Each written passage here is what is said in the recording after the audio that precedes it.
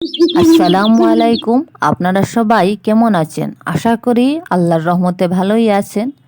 আমিও ভালো আছি আলহামদুলিল্লাহ। তো আপনাদের সবাইকে বেগম ক্রিয়েশন চ্যানেলে স্বাগতম।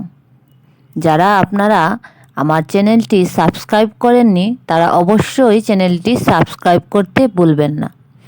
আর আমার উপস্থাপনা যদি আপনাদের ভালো লাগে অবশ্যই লাইক, কমেন্ট এবং শেয়ার করতে ভুলবেন না। বকুলপুর নামে একটি গ্রাম ছিল।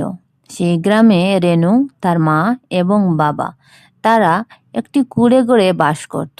তারা ছিল অনেক গরিব, কিন্তু তারা সেই কুঁড়ে ঘরে অনেক শান্তিতে বসবাস করত। রেনুর বাবা অনেক কষ্ট করে সংসার চালাতেন। তিনবেলা অনেক সময় তারা খেতেও পারতেন না, কিন্তু তারা সেই কুঁড়ে ঘরে শান্তিতে ছিল। রেনু সবসময় ভাবত যে সে তার মা এবং বাবার জন্য কিছু একটা করতে হবে। তাই সে চায় বড় হয়ে কিছু করতে, আর সবসময় সে চিন্তা করতে থাকে। তার মা এবং বাবার কষ্ট দেখে তার ভালো লাগে না। সে চায় কোন দিন সে বড় হবে, কোন দিন সে তার মা বাবার জন্য অনেক বড় একটা বাড়ি করবে। এই যে রেনু, কখন থেকে তোকে ডাকছি, পড়াশোনা কিছুই তো শোনা যাচ্ছে না। কি করছিস বসে বসে? ঘুমাচ্ছিস নাকি? কখন থেকে ডাকছি। আমি ভাত রান্না করলাম, শাক রান্না করলাম, তোর তো পড়াশোনা শুনছি না। আরে মা, তুমি আমাকে ডাকছো নাকি এতক্ষণ ধরে? আমি বুঝতে পারিনি, আমি অন্য কিছু ভাবছিলাম। সে কখন থেকে তোমাকে ডাকছি, তুমি তো শুনতেই পাচ্ছ না। কি যে ভাবছো বসে বসে সেটাই বুঝতে পারছি না বাবু। তা খাওয়া দাওয়া লাগবে নাকি? তো তাড়াতাড়ি আসো, খেতে আসো তাড়াতাড়ি। আমার আবার অনেক কাজ রয়ে গেছে।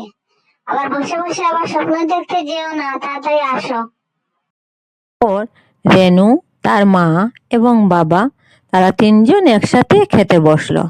আর তাদের খাবারে ছিল পান্তা ভাত, মানে ভাতের সাথে একটু জল মিশিয়ে সাথে নুন আর লঙ্কা আর পেঁয়াজ, এই তো ওদের খাবার ছিল। তারা যেভাবে যেটা পারতো সেটাই খেত, এটাতেই তারা সুখী ছিল। তো রেনু জাল খায় না, তাই রেনু শুধু লঙ্কাটা নেয়নি, ওর পেঁয়াজ দিয়ে ও ভাতটা খাবে। তো খাওয়া দাওয়া শেষ করার পর রেনু ওর বিছানায় গিয়ে শুয়ে পড়ে এবং রেনুর মা এবং বাবা কিছুক্ষণ বসে গল্প করে। তারা গল্প করে তারপর শুতে যাবে। আর রেনু শুয়ে পড়েছে আগে থেকেই, কারণ রেনুর সকালে স্কুলে যেতে হবে, তাই ও শুয়ে পড়েছে।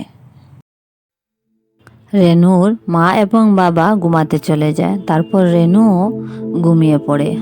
তো রেনু ঘুমের মধ্যে একটা স্বপ্ন দেখে সে কোথায় যেন চলে গিয়েছে, অন্য এক রাজ্যে।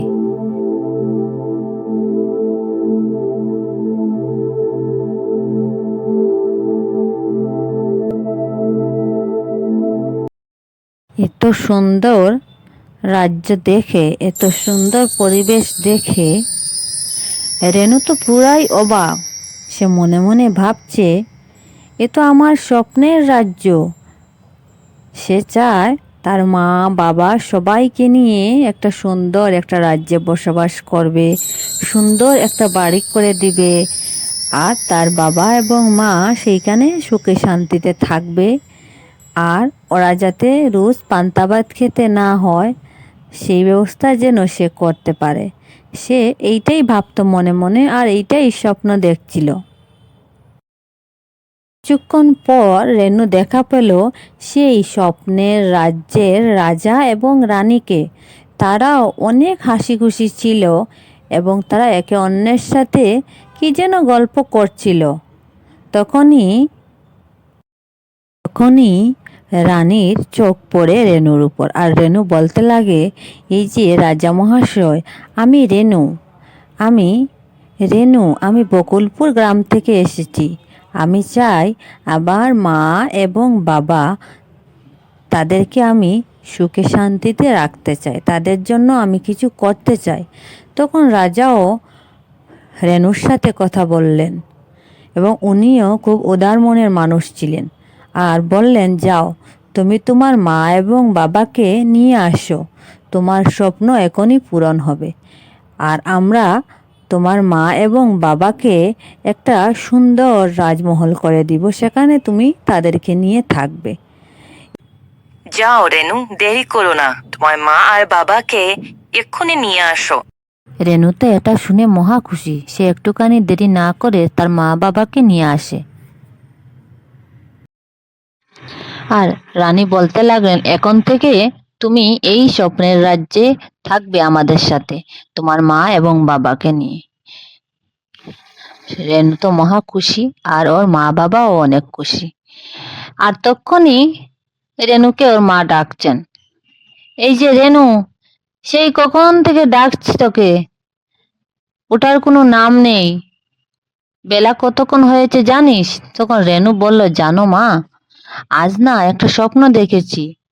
তারপর সে তার সব স্বপ্ন তার মাকে বলল। আর মা তো শুনে অবাক, সে কি রে, এ তো স্বপ্ন দেখেছিস, তার স্বপ্ন পূরণ করতে হলে সকাল সকাল উঠতে হবে, যে তারপর পড়তেও বসতে হবে, শুধু স্বপ্ন দেখলে কি হবে? তারপর রেনু ভালো মেয়ের মতো উঠে তারপর সে পড়তে বসে। এই গল্প থেকে আমরা এটাই বুঝতে পারলাম, এটাই শিখতে পারলাম যে আমাদের স্বপ্ন পূরণের জন্য অবশ্যই আমাদের পরিশ্রম করতে হবে, আমাদের পড়াশোনা চালিয়ে যেতে হবে। আর স্বপ্ন আমাদের জীবন বদলে দিতে পারে। আর সে স্বপ্ন যদি আমরা প্রিয়জনের জন্য দেখি, তাহলে সেটা অবশ্যই পূরণ হবে ইনশাআল্লাহ।